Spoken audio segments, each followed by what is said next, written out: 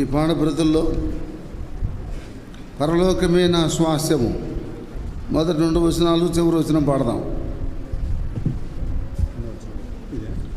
6వ పాట.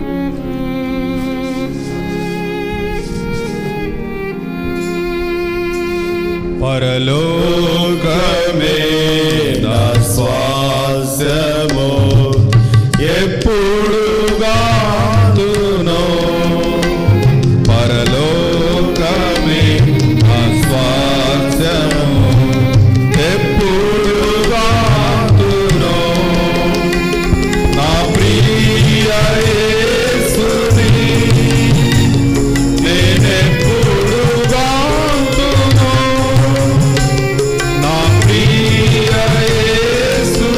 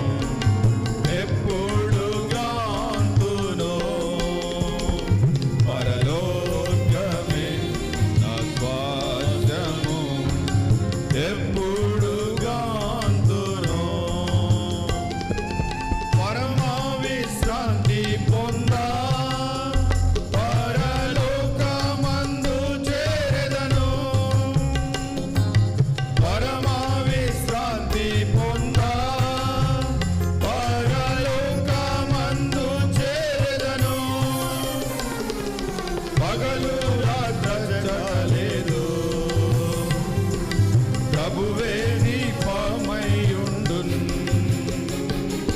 పగలు రాకలేదు ప్రభువే దీపమయ్యుండున్ పరలోకమే నా స్వాస్థ్యము ఎప్పుడు గాంతులో పరలోకమే నా స్వాస్థ్యము ఎప్పుడు గాంతులో ప్రియుని పిలుపును విని నేను కూడా సిద్ధపడెదను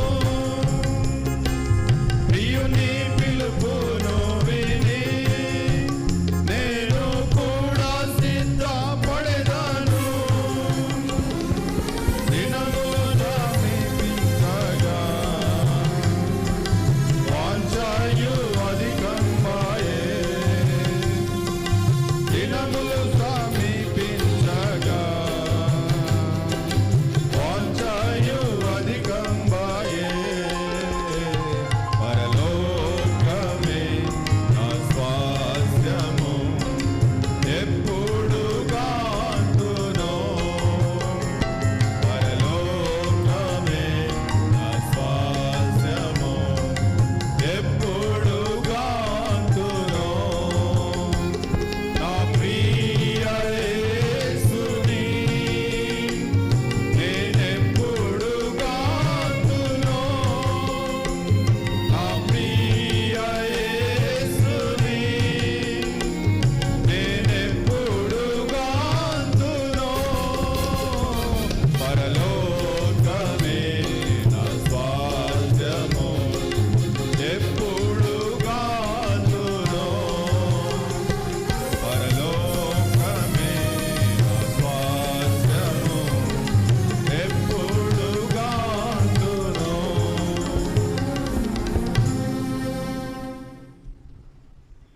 కూడికైన తర్వాత అందరికీ భోజనాలు కిందనే ఏర్పాటు చేయబడినాయి. మీరందరూ కూడా కింద డైనింగ్ హాల్కు వెళ్ళినట్లయితే భోజనం అక్కడ సర్వ్ చేయబడుతుంది. భోజనం చేసిన తర్వాత మీ రూమ్స్లోకి మీరు వెళ్ళి విశ్రాంతి తీసుకొనవచ్చు. తిరిగి ఉదయకాలము 7:30 గంటలకు కుటుంబ ప్రార్థన కొరకై ఇక్కడ చేరి వస్తాం. కుటుంబ ప్రార్థన విందాం.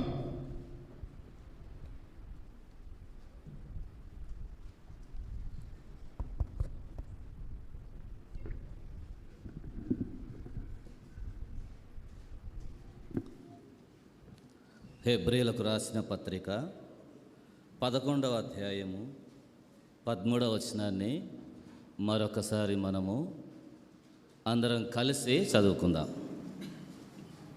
హెబ్రీ 11:13 వచనం. వీరందరూ ఆ వాగ్దానముల ఫలము అనుభవింపకపోయినను దూరము నుండి చూచి వందనము చేసి తాము భూమి మీద పరదేశులమును యాత్రికులమునై ఉన్నామని ఒప్పుకొని విశ్వాసము గలవారై మృతి నొందిరి. దేవుని ఆత్మ సహాయం కొరకై ప్రార్థన చేస్తున్నాం.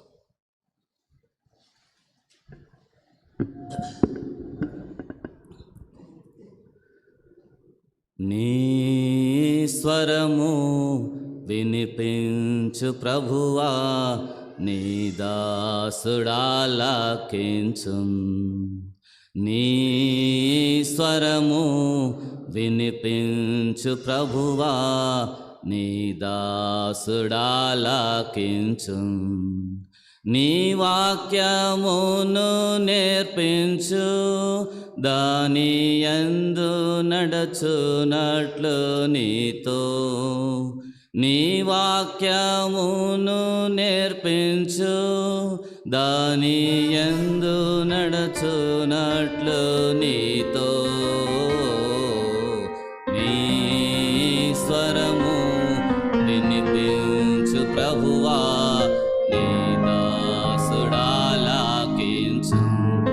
ప్రేమ కలిగిన మా ప్రియ పరలోకపు తండ్రి, మా పరిశుద్ధమైన దేవ, ఈ రాత్రికాల సమయంలో ఈ అనంతపురములో బేతేలు సంఘముగా పరిశుద్ధ సమాజ కూడికల నిమిత్తమై మేమందరం కూడా ఇక్కడ చేరి రావడానికి, కలిసి రావడానికి, కూడి రావడానికి మాకు అనుగ్రహించిన ఈ అవకాశమునకై స్తోత్రములు, వందనములు చెల్లిస్తూ ఉంటున్నాం. నూతన సంవత్సరాన్ని బట్టి మీకు వందనాలు, స్తోత్రములు చెల్లిస్తుంటున్నాం. ఈ సంవత్సరము కూడా మమ్ములను ఉండనిచ్చినందుకై మీకు స్తోత్రములు చెల్లిస్తూ ఉంటున్నాం. ప్రభా, ఈ సమయంలో కుటుంబ ప్రార్థన కొరకై హెబ్రీ 11:13 వచనాన్ని బట్టి మిమ్మలను స్తుతిస్తూ ఉంటున్నాం. ఆ చిన్నవాడు 5 రొట్టెలు 2 చేపలను మీకు ఇచ్చినప్పుడు మీరు దానిని ఆశీర్వదించినారు. చిన్నవాడనైన నేను ఈ హెబ్రీ 11:13 వచనాన్ని మీ చేతిలో పెడుతున్నాం. మీరు మా అందరి కొరకై ఆశీర్వదించమని యేసుక్రీస్తు నామమున ప్రార్థిస్తున్నాము తండ్రి, ఆమేన్.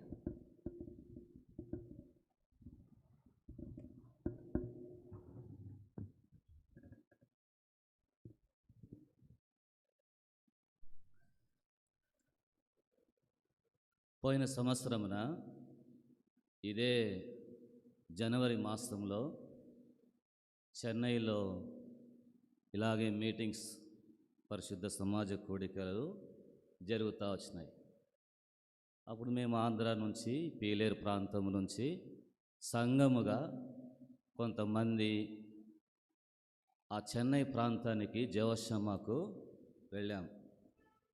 అక్కడికి వెళ్ళగానే అక్కడ ఉన్నటువంటి సంఘ పెద్దలందరూ కలిసి రాత్రికి కుటుంబ ప్రార్థన తీసుకోమని చెప్తూ వచ్చినారు. సరే అని తీసుకుంటూ వచ్చాను. దానికి ముందు సంవత్సరమున తిరుపతిలో పరిశుద్ధ సమాజ కూడికలు జరిగాయి, కర్మేల్లో. అక్కడికి వెళ్ళినప్పుడు వాళ్ళు కూడా ఎందుకో ఈ రాత్రి కుటుంబ ప్రార్థన తీసుకోమని చెప్తూ వచ్చినారు. కొన్ని సంవత్సరాలకు పూర్వము నెల్లూరులో నెల్లూరు జిల్లా కావలిలో కాన్వకేషన్ జరిగాయి. అప్పుడు నందన్ రావు గారు ఉన్నారు. మేము ఇక్కడ నుంచి, ఈ ప్రాంతం నుంచి, చిత్తూరు జిల్లాలో చాలామంది కింద మీద పడి లేచి లగేజీలతో అక్కడికి వెళ్ళాం. అక్కడికి వెళ్ళగానే నందన్ రావు గారు వచ్చి, తమ్ముడా ఈరోజు రాత్రి ఇప్పుడు కుటుంబ ప్రార్థన తీసుకోవాలని చెప్పాడు. ఒకసారి ఇదే అనంతపూర్ జిల్లా ప్రాంతానికి రాయలసీమ దైవ సేవకుల ప్రార్థనకు వచ్చాను. అప్పుడు విక్టర్ డేవిడ్ నా తమ్ముడా కుటుంబ ప్రార్థన తీసుకో అని చెప్తూ వచ్చాడు. ఈరోజు మేము కూడా ఈ ప్రాంతానికి వచ్చాం. ఇక్కడికి రాగానే సైమన్ బ్రదర్ నా చెవుల్లో రాత్రికి కుటుంబ ప్రార్థన తీసుకోండి అన్నా అని చెప్పాడు. మరి దేవుని యొక్క ఉద్దేశాలు ఏమో కానీ ప్రభు అయితే ఈ అవకాశం, ఈ తరుణాన్ని దయచేస్తూ వచ్చినాడు. ఇప్పుడు మనం చదువుకుంటూ వచ్చాము హెబ్రీలకు రాసిన పత్రిక 11వ అధ్యాయము 13వ వచనం. ఓసారి చదవండి. చదువుతారు ఎవరన్నా? వీరందరూ ఆ వాగ్దాన ఫలం అనుభవింపకపోయినను దూరము నుండి చూచి వందనము చేసి తాము భూమి మీద పరదేశులమును యాత్రికులమునై ఉన్నామని ఒప్పుకొని విశ్వాసము గలవారై మృతి నొందిరి. వీళ్ళారా ఇక్కడ చాలా లోతుగా రాయబడినటువంటి సందర్భాలు కొన్ని ఉన్నాయి. ఒకసారి ఒక దైవజనుడిని ఒక అతను అడిగాడు, మీ కులం ఏం కులం అని అడిగాడు. అడిగితే బోధ కులం అని చెప్పాడు. మా కులం ఏం కులం అంట? బోధ చేసే కులం అన్నాడంట.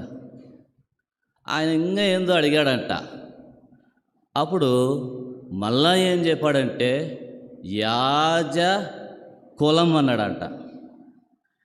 ఇంకా అడుగుతారు కదా, దాంట్లో ఇంకా ఏది అది అని అడుగుతారు కదా. అప్పుడు యాత్రి కులం అన్నాడట.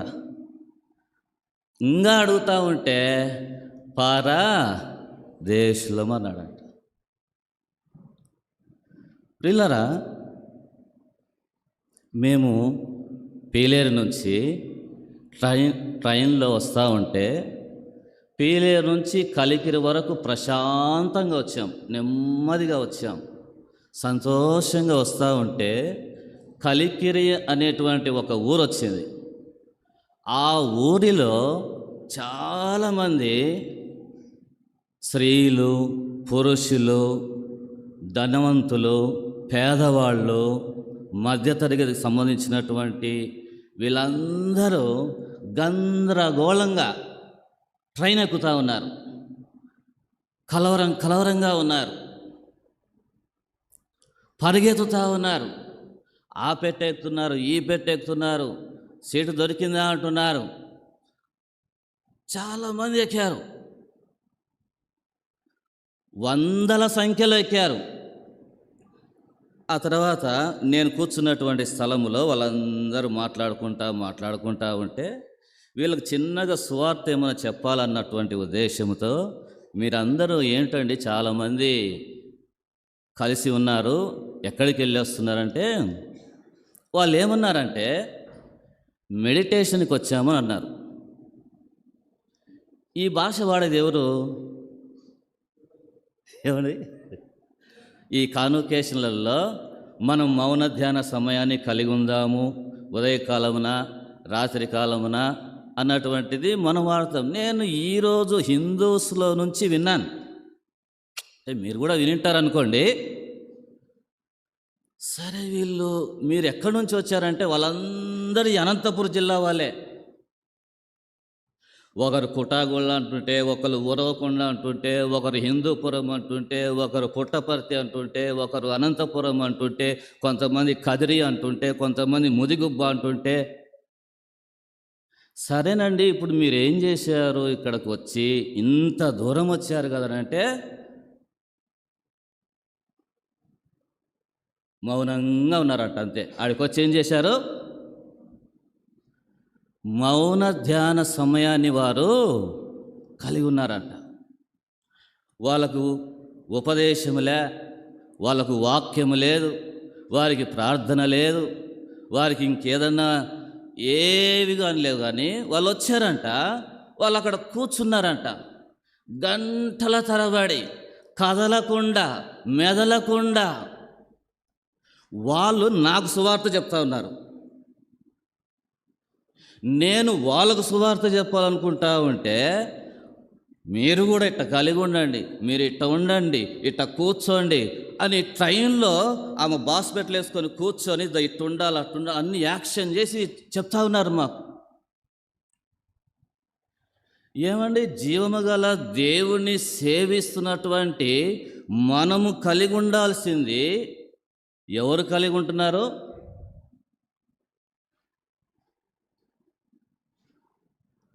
కాబట్టి ప్రియులారా, దేవుని యొక్క వాక్యములో చూడండి, మంచి అంశం ఎవరు తీశారో కానీ, తాము భూమి మీద పరదేశులమును.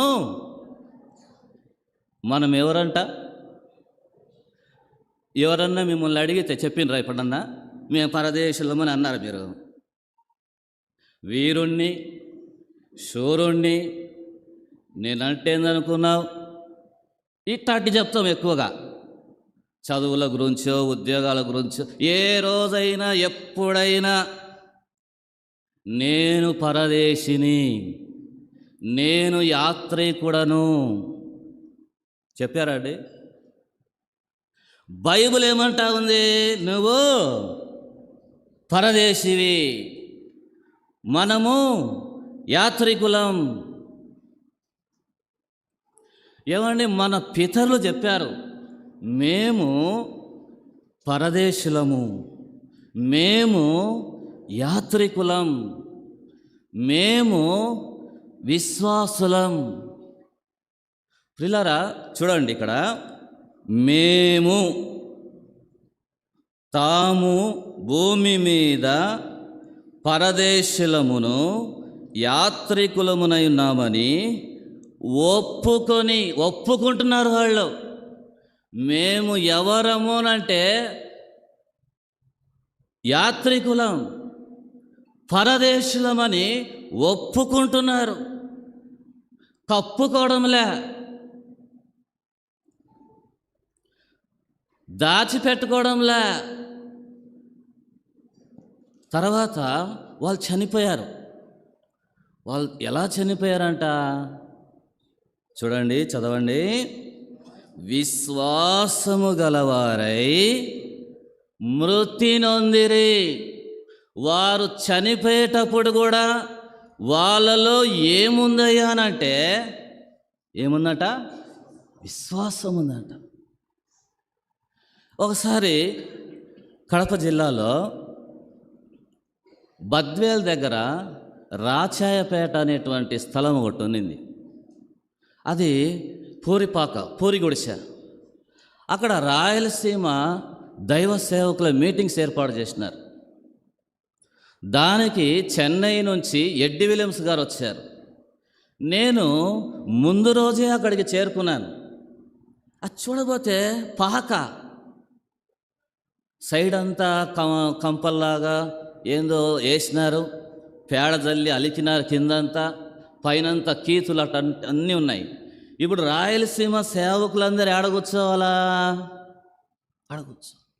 పడుకోవడానికి సరైన స్థలం లేదు, ఉండటానికి సరైనటువంటి స్థలం లేదు, కూర్చోడానికి సరైనటువంటి స్థలం లేదు. అప్పుడు నేను తట్టుకోలేక ఉండలేక ఆయన అడిగాను సేవకుని, సరేయా ఇప్పుడు మీటింగ్ కదా, మరి భోజనాలు ఉంటాయి, టిఫిన్లు ఉంటాయి, టీ కాఫీలు ఉంటాయి, వచ్చే వాళ్ళందరికీ అకామిడేషన్ ఉంటుంది కదా, ఇవంతా ఎట్లా చేస్తావు, ఏం చేస్తావు అని అడిగితే, అన్నా నా దగ్గర డబ్బు లేదు, నా దగ్గర మిగతావి ఏమీ లేదు, కానీ ఒక్కటి ఉందన్నాడు ఆయన. ఏముందన్నాడు తెలిసిన? నా దగ్గర విశ్వాసం ఉందన్న అన్నాడు. చెప్పగలమా మనం నా దగ్గర విశ్వాసం ఉంది అని చెప్పగలమా? ఆ దైవజనుడు అన్నాడు, ఆ స్థలములో 2 దినాలు మీటింగ్స్ జరిగాయి. ఎలా జరిగాయట? విశ్వాసము ద్వారా జరిగాయి. విశ్వాసము ద్వారా మాట్లాడినారు. చూడండి 4వ వచనం, ఇదే హెబ్రీ 11:4 వచనం చదవండి త్వరగా, లేకపోతే నేను చదువుతాను. చూడండి, విశ్వాసమును బట్టి నీతిమంతుడని సాక్ష్యము పొందెను, అతడు మృతి నొంది ఆ విశ్వాసము ద్వారా మాట్లాడుచున్నాడు. విశ్వాసము ద్వారా మాట్లాడుతున్నారు. ఎప్పుడు? బతికి ఉన్నప్పుడా? చనిపోయిన తర్వాత కూడా మాట్లాడుతున్నాడు. మృతి నొంది విశ్వాసము ద్వారా. దానికి ముందు మనము చూస్తూ రాగలుగుతున్నాము, యాత్రికులం. యాత్రికులము ఈ దుష్టాలోకములో, పాడు లోకములో మనకేది లేదు. యాత్రికులము ఈ దుష్టాలోకములో, పాడు లోకములో మనకేది లేదు. ఏ విషయమందైనా గర్వించలేము, ఏ విషయమందైనా గర్వించలేము.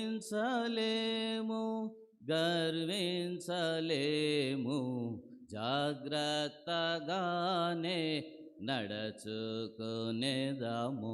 జాగ్రత్తగానే నడచుకునేదాము, లోకమును విడచి వెళ్ళవలెనుగా, లోకమును విడచి వెళ్ళవలెనుగా. పిల్లరా, ఏ రోజైనా సరే మనం ఈ లోకాన్ని విడిచి వెళ్ళాల్సిందే, పోవాల్సిందే. మనకిది నికరం కాదు, ఇది మనకు శాశ్వతము కాదు. అది మనం ఎరుగుతుంటున్నామా, ఎరిగామా, తెలుసుకున్నామా? పిల్లరా, ఒక్కసారి తెలుసుకుంటాం. ఎప్పుడు తెలిసినా మనం చనిపోయినప్పుడు పాట పాడతారు. ఏమని? అప్పుడు అందరూ చెప్తారు ఏమని? పరదేశులము ప్రియులారా పురమిది కాదిదిగో. ఎప్పుడు? బతికున్నప్పుడు చెప్పండి అంటే ఎప్పుడు చెప్తారంట? చనిపోయినప్పుడు. బోధ ఏం చేస్తాం అప్పుడు? ఇదే బోధ, అదే వాక్యం. కాబట్టి ప్రియులారా, దేవుని వాక్యములో 126 సార్లు మనము పరదేశులమని రాయబడి ఉంది. 126 సార్లు కూడా ఒక్కొక్క సందర్భాల్లో, ఒక్కొక్క సమయంలో ఒక్కొక్కరు ఆయా సమయాల సందర్భాలను బట్టి పొద్దున ధ్యానాన్ని చెప్పారు. అబ్రహాం యొక్క జీవితంలో ఆయన ఏ రీతిగా ఈ లోకంలో తన యాత్రను కొనసాగించాడు. అబ్రహాం చెప్పాడు ఏమని? నేను పరదేశిని. దేవుడు కూడా చెప్పాడు ఏమనంటే, మీరు ఐగుప్తు దేశములో పరదేశిగా మీరు ఉంటిరి. కాబట్టి ఈ రాత్రికాల సమయమున మరొకసారి మనం పడకలకు వెళ్ళక మునుపు మన యొక్క మౌన ధ్యాన సమయములో మనము యాత్రికులమని, పరదేశులమని, విశ్వాసము కలిగినటువంటి వారమని మనము ఎరగాల, తెలుసుకోవాలి. భయమును కలిగి బ్రతికేదము, పరదేశులమని ఎరుగవలే. భయమును కలిగి బ్రతికేదము, పరదేశులమని ఎరుగవలే. కాబట్టి ప్రియులారా, ఈ స్థలమందు మనం చూస్తూ వచ్చినట్లయితే వాళ్ళు ఇదంతా కూడా చెప్పుకుంటూ వస్తూ చాలామంది భక్తులు, ప్రవక్తలు, రాజులు వీళ్ళందరూ కూడా వారి వారి యొక్క విశ్వాసమును గురించి చెప్పుకుంటూ వస్తూ వాళ్ళు ఒకటి కోరుకున్నారు. అదొక్కటి చదువుకొని ముగించుకుందాం. చూడండి 14వ వచనం.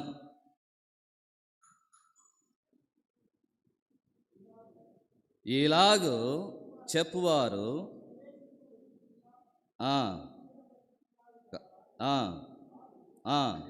16వ వచనం. అయితే వారు మరి శ్రేష్టమైన దేశమును అనగా పరలోక సంబంధమైన దేశమును కోరుకొనుచున్నారు.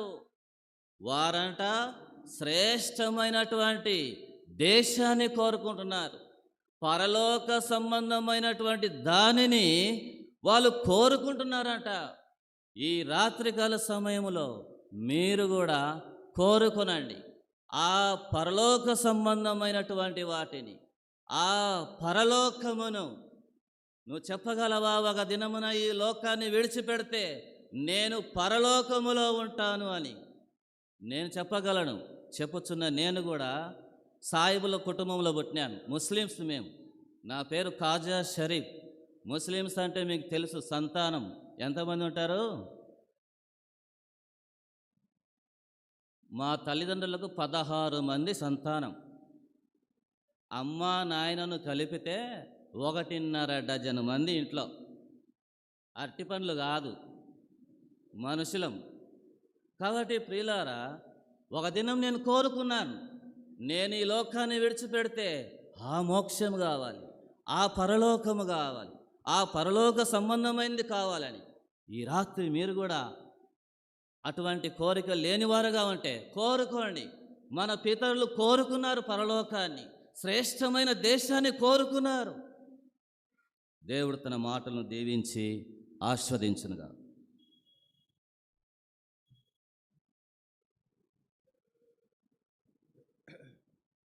ప్రార్థన చేసుకుందాం. ప్రేమ కలిగిన మా పరలోకపు తండ్రి, కుటుంబ ప్రాంతంలో మీరు ఇచ్చినటువంటి మాటల కొరకై నీకు వందనాలు. మేము పరదేశులము, యాత్రికులమని మా పితరులు ఏ రీతిగా వారి విశ్వాసము గలవారే మృతి పొందిరో వారి యొక్క యాత్రా జీవితాన్ని ముగించారు. మా యొక్క యాత్రా జీవితాన్ని కూడా మేము పరదేశులము, యాత్రికులమని భయముతో, జాగ్రత్తతో మేము జీవించడానికి నీ కృప దయచేయము. దయగల మా ప్రభా, మీ దాసులు సత్యం గారి కొరకే ప్రార్థన చేస్తున్నాం. ఆయనకున్నటువంటి ప్రభా నోట్లో ఉన్న ఇన్ఫెక్షన్ ప్రభా గాయం పూర్తిగా మానుకోవలసిందిగా ప్రార్థిస్తున్నాం. మీ సంపూర్ణమైన స్వస్థత మీ దాసునికి దయచేయండి. ఈ రాత్రి తండ్రి మీ సన్నిధిలో ఉదయకాలం జరిగించబడ్డ పరిచయం అంతటిని కూడా మీరు ముద్ర వేయవలసిందిగా ప్రార్థిస్తున్నాం. రేపటి కొరకై, ఈ వారమంతటి కొరకై మమ్మల్ని సిద్ధపరచుము. దయగల మా ప్రభా, వీళ్ళందరూ ఆ స్థలం నుంచి రావడానికి సహాయపడినా ఈ రాత్రి మీ సన్నిధి మాతో వచ్చి నడిపించి మీరే మహిమ పొందము. వందనములు, స్తోత్రములు చెల్లిస్తూ యేసుక్రీస్తు వారి యొక్క పరిశుద్ధమైన నామున ప్రార్థించి వేడుకుంటున్నాము తండ్రి, ఆమె. మన తండ్రి అయిన దేవుని నుండి, ప్రభు అయిన యేసుక్రీస్తు వారి నుండి పరిశుద్ధాత్మ సహవాసం సదాకాలం మనకు తోడై నడిపించును గాక, ఆమె. దయచేసి అందరూ భోజనానికి కిందకు వెళితే భోజనం వడ్డించబడుతుంది.